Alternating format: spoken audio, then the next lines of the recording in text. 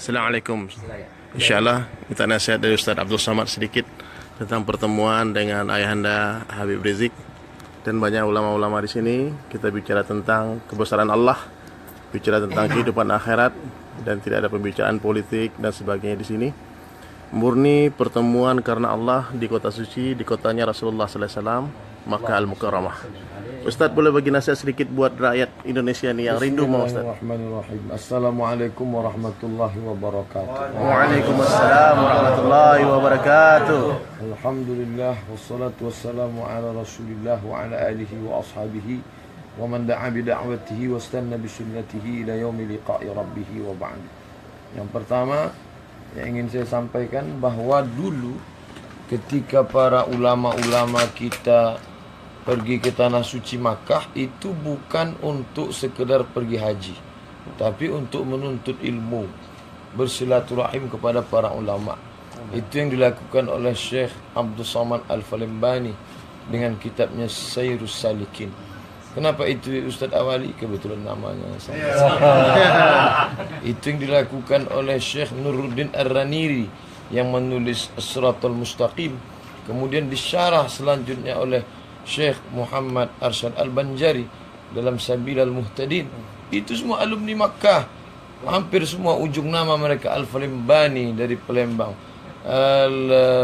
Al-Makassari Syekh Yusuf Al-Makassari Tajul Khalwati dari Makassar, Syekh Abdul Qadir Al-Mandili. Lama saya cari. Mandil kan sapu tangan, Mandili ternyata Mandailing Natal. Lama besar.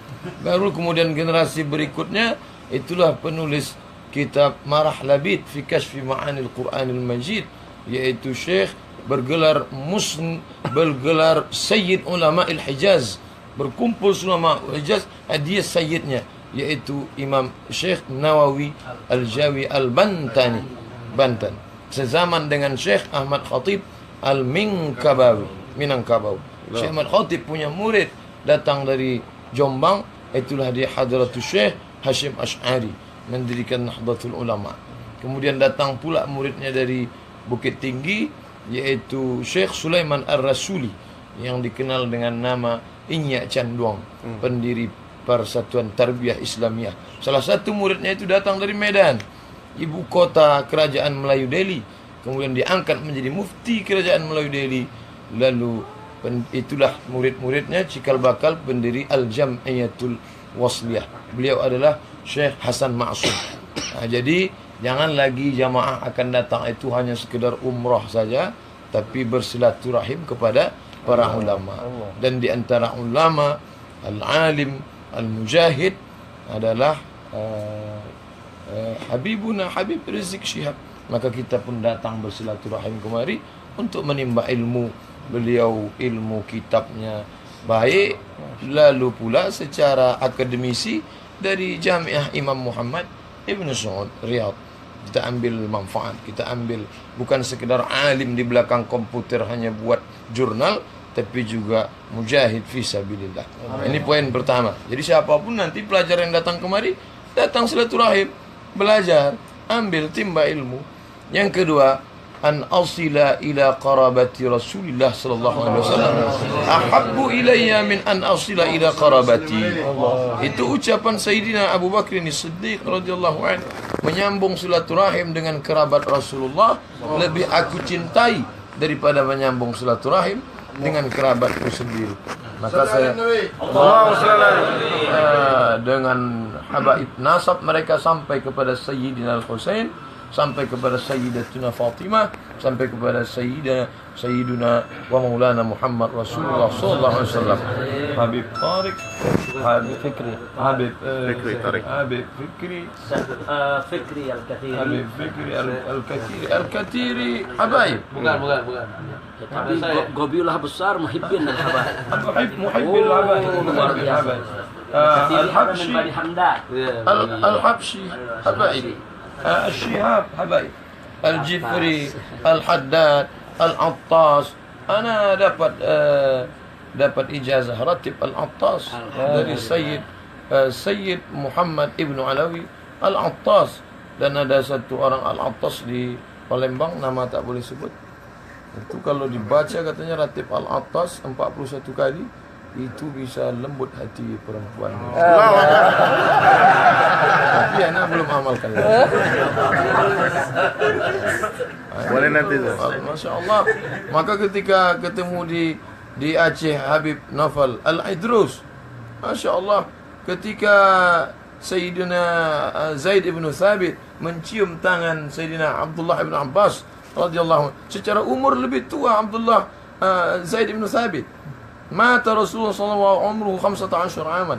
Ketika Nabi meninggal umur Abdullah bin Abbas 15 tahun. Sedangkan Zaid bin Thabit 20. Tapi kenapa dia cium tangannya? Kenapa kau cium tanganku? Kata Sayyidina Zaid bin Thabit, karena engkau kerabat Rasulullah sallallahu alaihi wasallam. Innal Hasan wal Husain sayyida syababi ahli jannah. Sesungguhnya Sayyidina Hasan dan Sayyidina Husain pemimpin pemuda ahli surga. Kita tak dapat berjumpa dengan mereka, cucu-cucu mereka mengalir darah itu dalam tubuh mereka. Maka insya-Allah kata Nabi sallallahu alaihi wasallam, kutinggalkan dua perkara. Di antara yang dua itu adalah kitab Allah Al-Quran wa itrati ahli baiti, keturunan-keturunanku nanti yang berpegang. Kenapa keturunanku?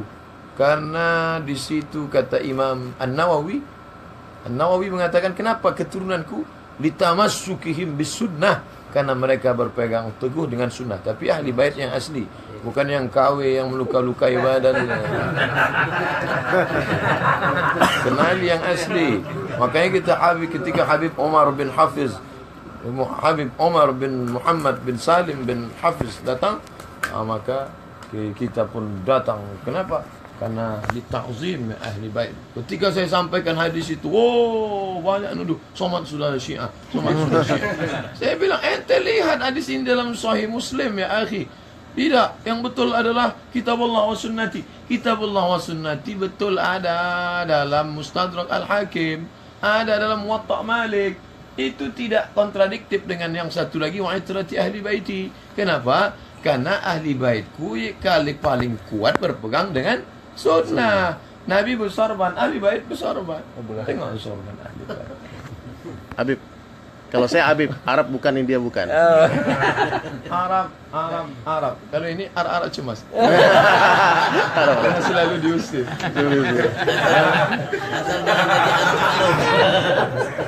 Yang terakhir, yang ketiga, man ahabba yunsatu fi rizqihi, siapa yang mau dilapangkan rezekinya, wa yunsa'alahu fi asarihi, mau dipanjangkan umurnya, falyasil rahimahu, sambung tali silaturahim.